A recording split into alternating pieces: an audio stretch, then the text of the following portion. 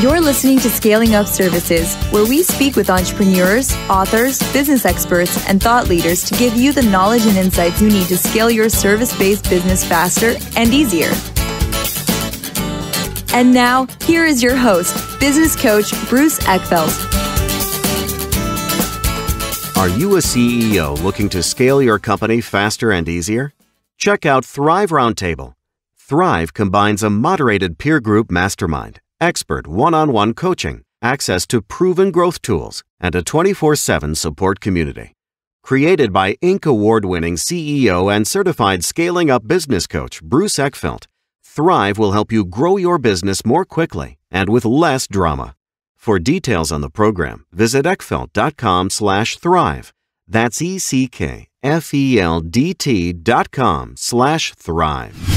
Welcome, everyone. This is Scaling Up Services. I'm Bruce Eckfeldt. I'm your host. And our guest today is Chris Wallace. He is co-founder of Innerview. We're going to talk to him a little bit about his experience in service-based businesses. We're going to talk to him about the work he does with brands, with companies, to make sure they have alignment, critical aspect for service-based companies. Your people deliver your value, and if your people are not aligned to your brand, it is not going to be the quality, is not going to be the experience you're trying to deliver. So I'm always fascinated on people that are really focused on strategic brand alignment, brand messaging. How do you get that to really happen inside the company, create that customer experience? So I'm excited for this conversation. With that, Chris, welcome to the program. Bruce, I appreciate you having me. Yeah, so let's get a little bit of background before we kind of dig into our topics. Tell us what you've been doing. Tell us about your story. How did Innerview come along? What was the story for founding that company? How does it relate to your professional experience? Well, it's a long and winding road. I don't know how much time you have for the episode, but really what it comes down to is, my background has been in sales and marketing with larger brands, larger consumer brands on the consumer goods side, also on the entertainment side. I worked for the PGA Tour early in my career. I worked for a number of entertainment brands that are now part of the NBC Universal umbrella that Comcast owns. So I come from a sort of a big brand, big consumer background. And, had the opportunity to see where there were strengths, see where there were some gaps. And I always call myself an accidental entrepreneur. Yeah. I had the opportunity to start a business. There was a corporate merger that was going to force me to relocate. My wife and I didn't want to move.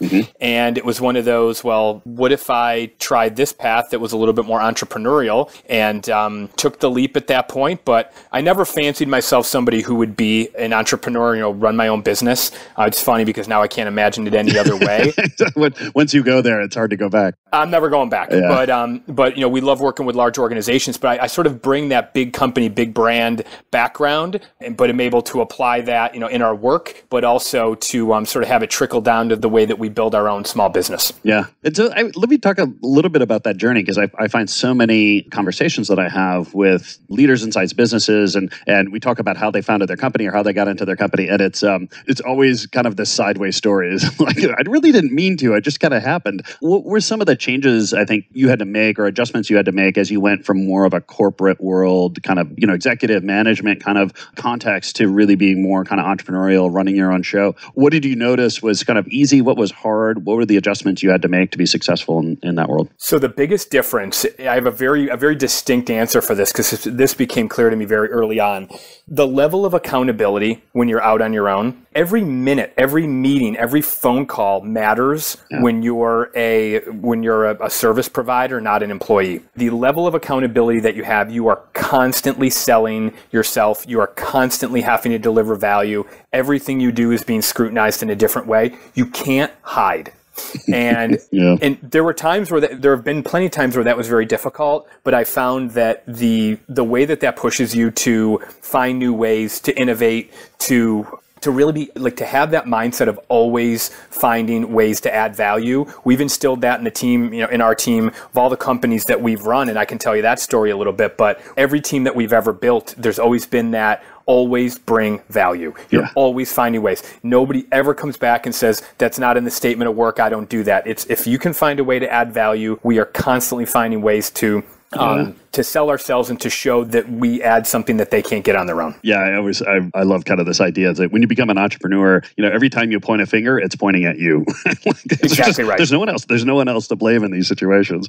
Tell us about, in terms of, how to find that value, to discover that value you can deliver. What are some of the strategies or things that you did that helped you really see where the opportunities were, either in terms of the early stages, getting things going, or as you develop the company, new opportunities for adding value, creating services to really kind of grow the business? What are some of the things that allowed you to do that? So I want to say the downside, but when I talk about always having to add value, it's sort of a motivation of fear sometimes, right? You really have to be finding ways to add that value. But the really good side of that is when you're a service provider and not an employee, it's such a strange thing, but organizations tend to listen to you a lot more when you're a third party and you have consultant or contractor on your business card as opposed to employee, and they're willing to listen to you. So when you're an employee, you find the nitpicks and the places where you think your organization could be better. And for most organizations, especially large ones, there's really not much you can do about it. And I was always the corporate agitator. I was always the one going with the Jerry Maguire-esque mission statements of saying we should try this or we need to improve this. And I was always trying to improve and tinker with things. And it would always fall in deaf ears. And it would always go back to your office and do your job. Yeah. And the fact that you can bring that mentality, which I naturally have and the people in our team naturally have, it becomes fun. It becomes like a game to find,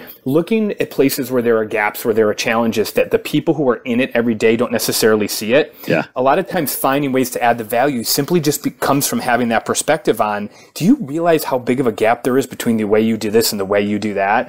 Finding those holes is, you sort of become conditioned to do it. And a lot of times the value comes from identifying those holes. Yeah, no, exactly. And you mentioned bringing in the people. What are some ways, I guess, successes, failures in terms of, finding the right talent, finding the right people, finding the right fit for your company? How have you approached that sort of recruiting, talent acquisition, talent retention process to make sure that you're really building the right organization with the right people in it? So we have had tremendous success over the years. I'm going to knock on wood because this could turn on me in any minute, but the friends, family, referral, closely held network sourcing of talent has served us extremely well. People we've worked with in the past, we're getting the band back together. We go back to the people that we've always said, if we had the opportunity to work with them again, we'd take it in a heartbeat. And also taking the people on our team who have those folks in their network who have said, well, I would always want to work with this person, them referring those to us. We've been tremendously successful with that.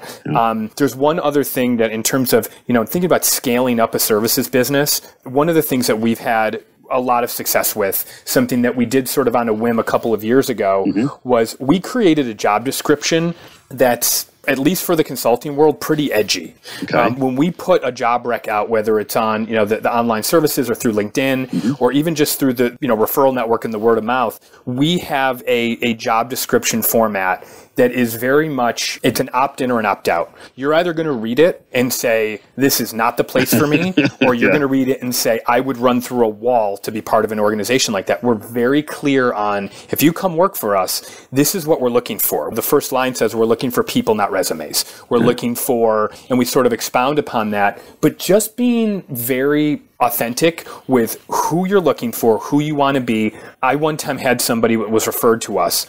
They did not read the job description. And I was sitting there talking with her for about 20 minutes. And I said, did you read our job description? And she said, no. I went and printed one out. I handed it to her across the table. I said, take 10 minutes and read it. Yeah. I walked back in at those 10 minutes. She slid it back across the table and said, this isn't me. I'm sorry to have wasted your time. This isn't me.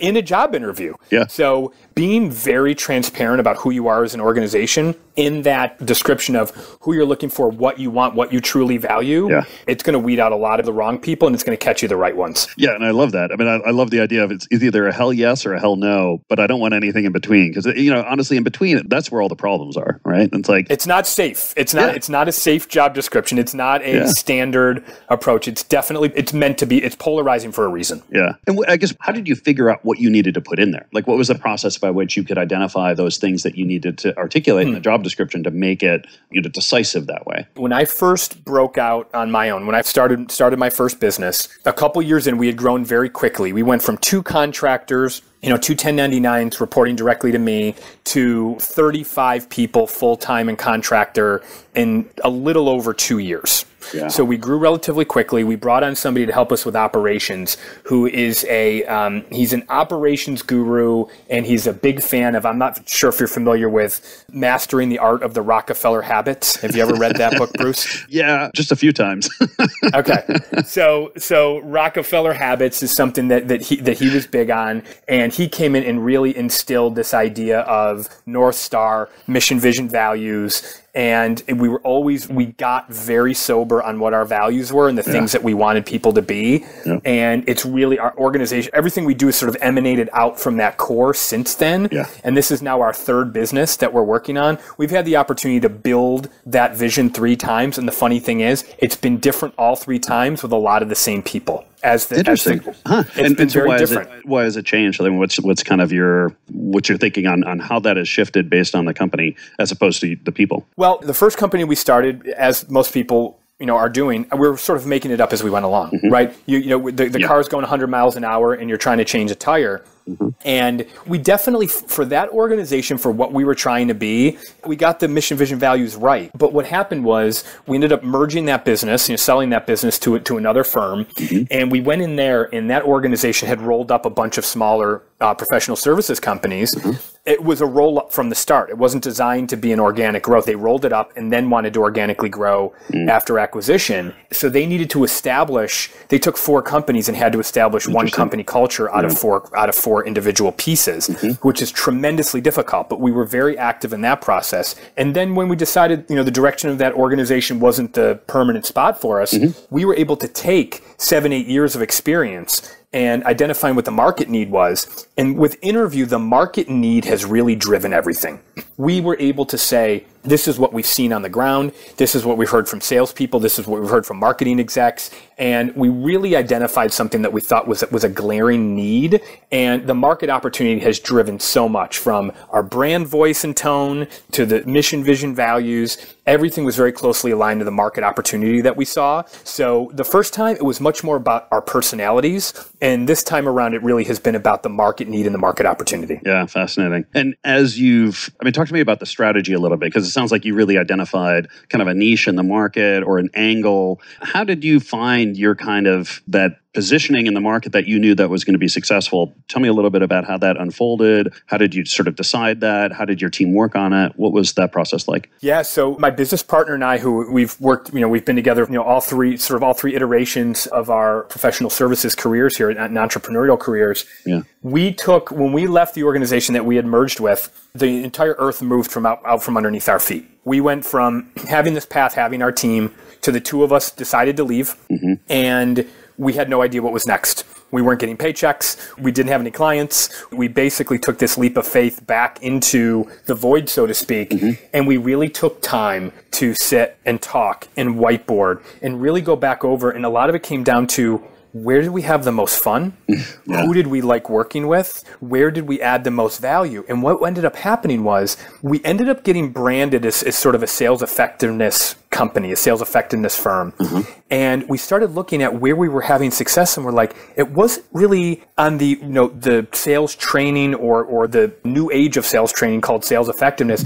It really was working with marketers. It was helping them bring things to market through their organization, through the internal channels of their organization. They have plenty of money to do advertising and product launches and all the customer awareness type stuff and the demand generation. But where they were really struggling was that internal path to market. How do we get the people who answer our phones, the people who staff our retail stores? How do we get them to sort of back this up? It was always the execution that was the fall down, not the strategy around the product or the service or whatever it was. It wasn't the brand was flawed. It was idea of executing on brand has always lived in sort of this external marketing concept.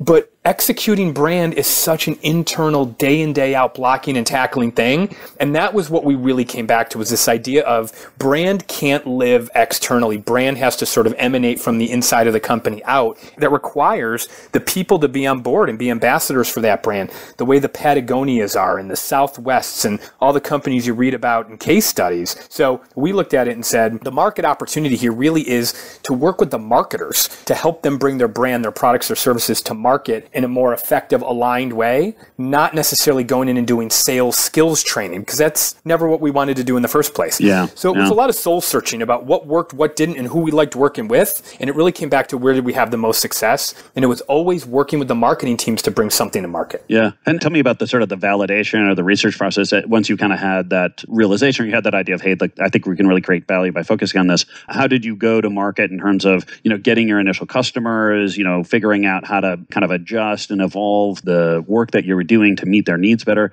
Tell us a little bit about that journey. This is the best examination of my business that I've ever been through, by the way. Your questions are excellent. Honestly, Bruce, it's going to test whether or not the decisions and the twists and turns we've made have been the right ones. But, exactly. But this is what I would say. So we actually did, early on, we did some market validation research.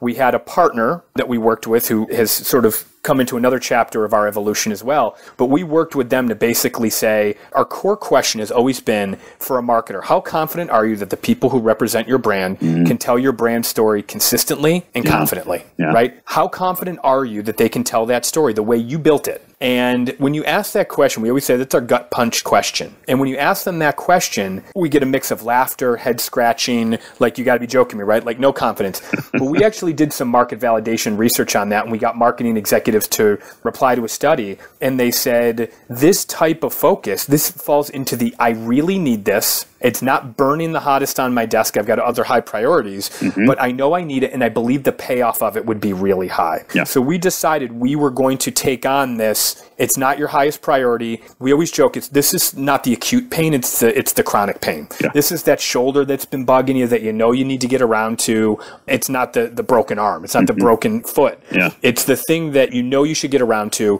And we make a very compelling proposition as to why it's worth addressing now. And we focus on some of those more drive time type things like launches, customer experience initiatives to sort of attach ourselves to that work. But the market validation came from, as most things, having a lot of conversations. Yeah. Once we had the confidence from the study that we did, we took some of those stats and we went out and we started having conversations, but we always came back to that one question. Everybody we talked to, we asked them, how confident are you that the people who represent your brand can represent that story the way you built it? And that has been our North Star. And every time we ask that, we get validation of our business model. So it's been a lot of conversations, but I would say we're sort of I'm not going to say we came out of the chute with the right position, because it took us 7.5 years to get to this point. We had the opportunity to sort of do the reboot, but we feel like this time around we've really hit it. We've hit it right. We've struck a nerve. Yeah. And so how do you actually do this work? Because conceptually, I get the idea that, hey, look, if you're going to have a successful brand, if you're going to deliver a successful customer experience, you need to look at all touch points. You need to look at all people involved at actually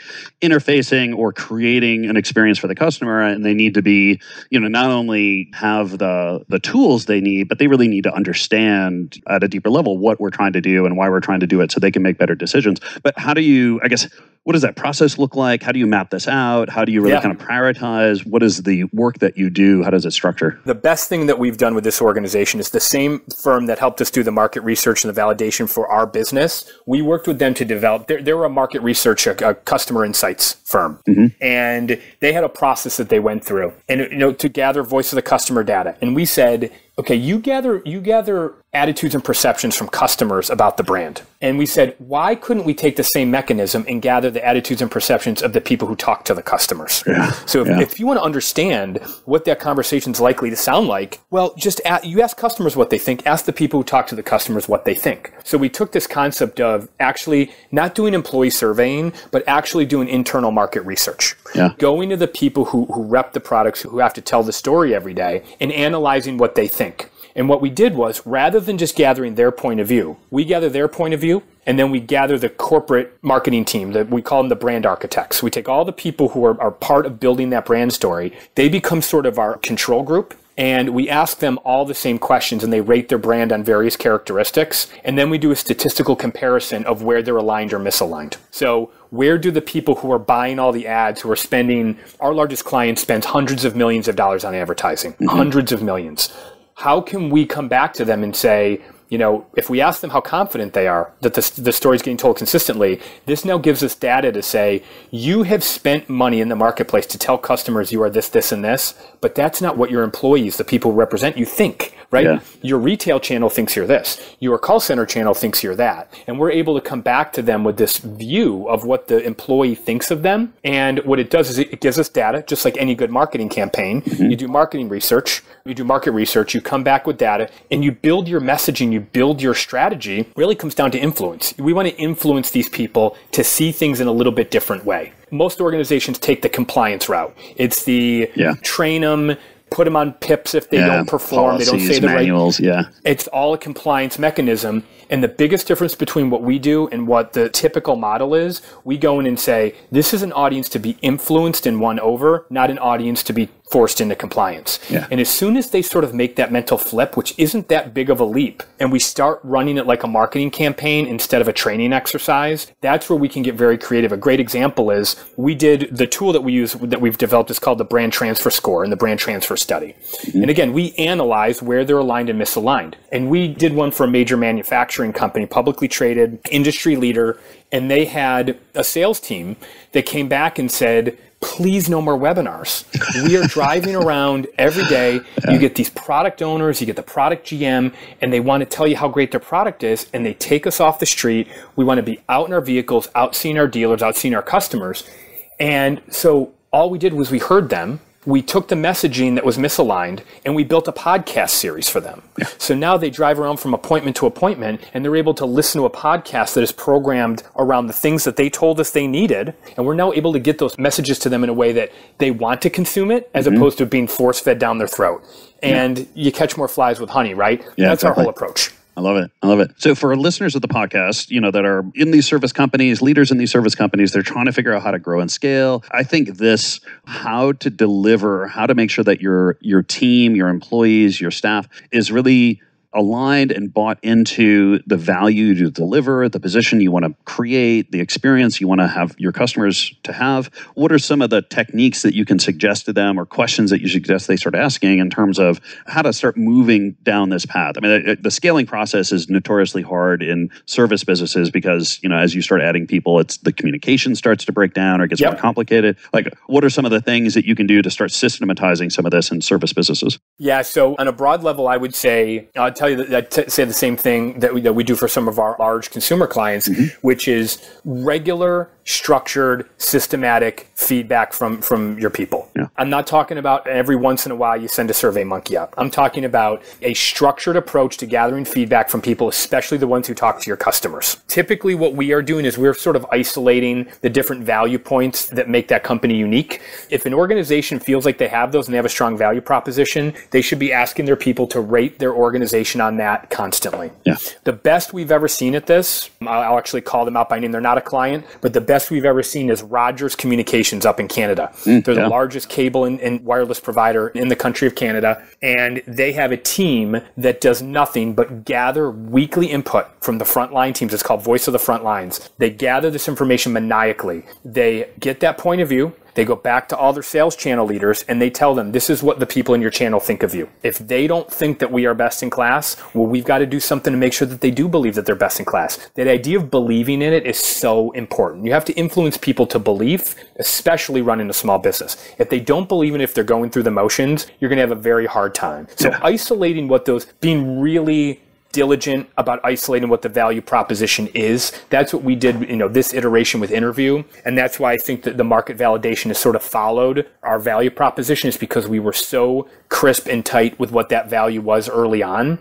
So organizations have to do that. You have to start with that value proposition and you have to stick to it. If you're trying to be all things to all people, or you're trying to sell it 15 different ways, that's where you really have the problem. You can always expand out later, add lines of business, add different things to your repertoire, but really starting, the phrase I use is the thing you would do for free, the thing that you are so good at and are so passionate about that you would do it whether or not people paid you for it. Interesting. Find that thing is that you would do for free and sort of build out from that value that you know you could bring.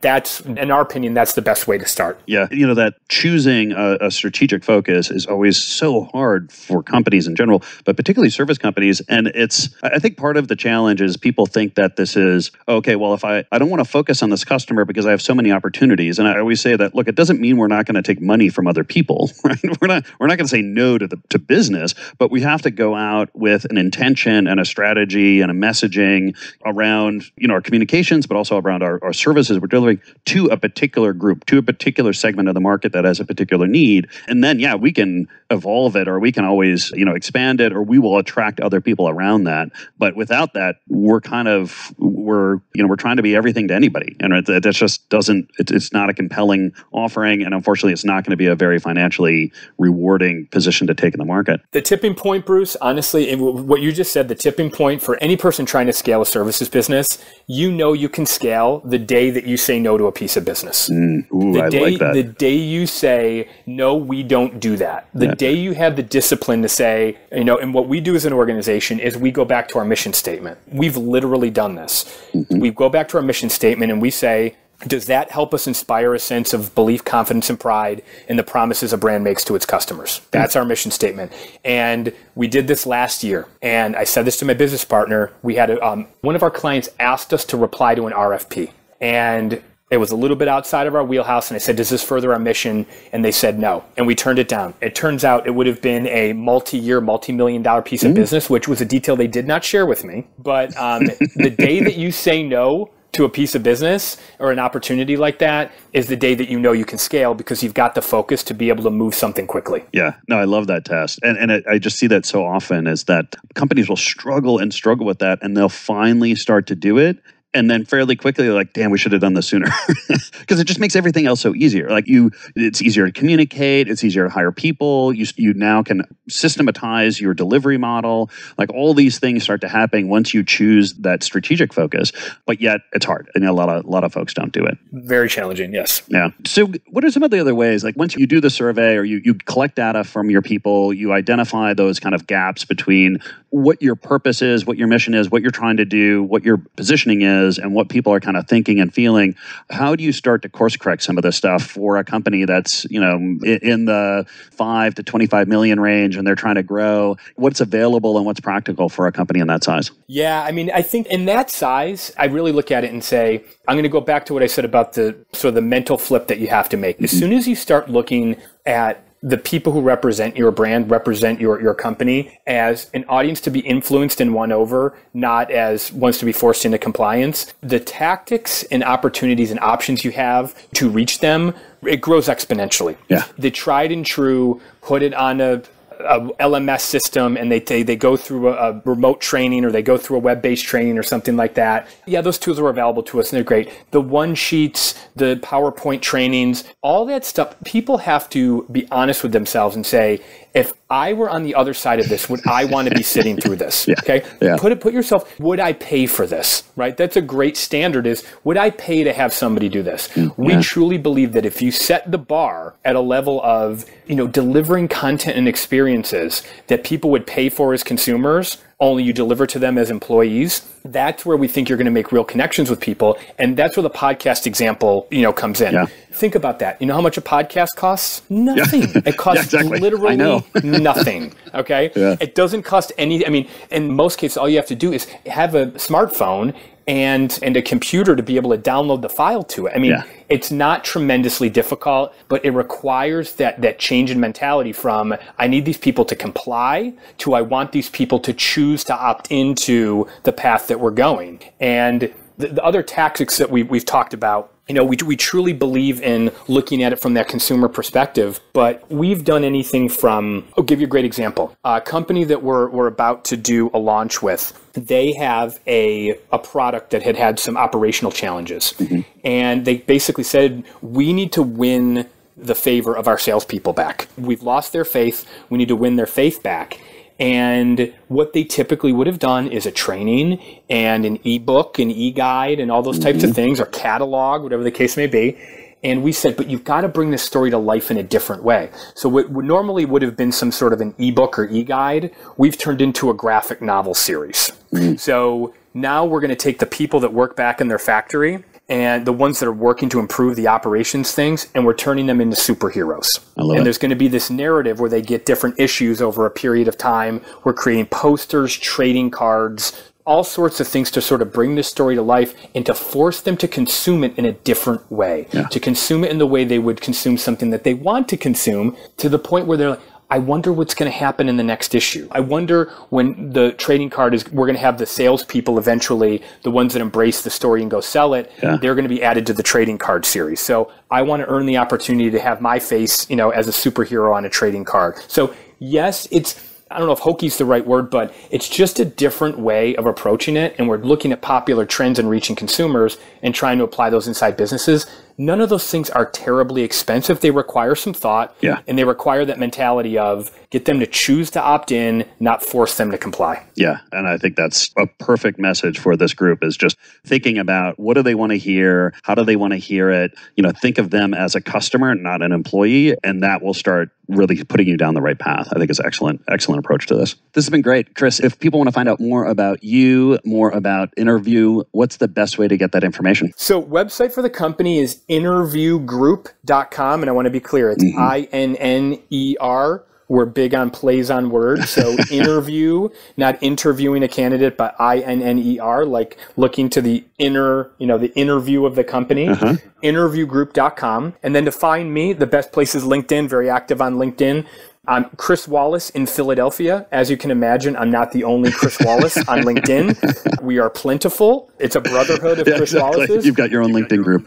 That's actually not a bad idea. But Chris Wallace in Philadelphia, and you'll obviously see the Innerview Group logo and information on there. But Philadelphia is where I reside and where our company headquarters is. So that's the best place to contact me directly. Great. I'll make sure that both of those links are in the show notes so people can click through and get that information. Great. I appreciate that. Chris, it's been a pleasure. Thank you so much for taking the time today. Great conversation, great insights, and I really appreciate it. Thanks for prying so deep. You did a great job, Bruce. I really appreciate it.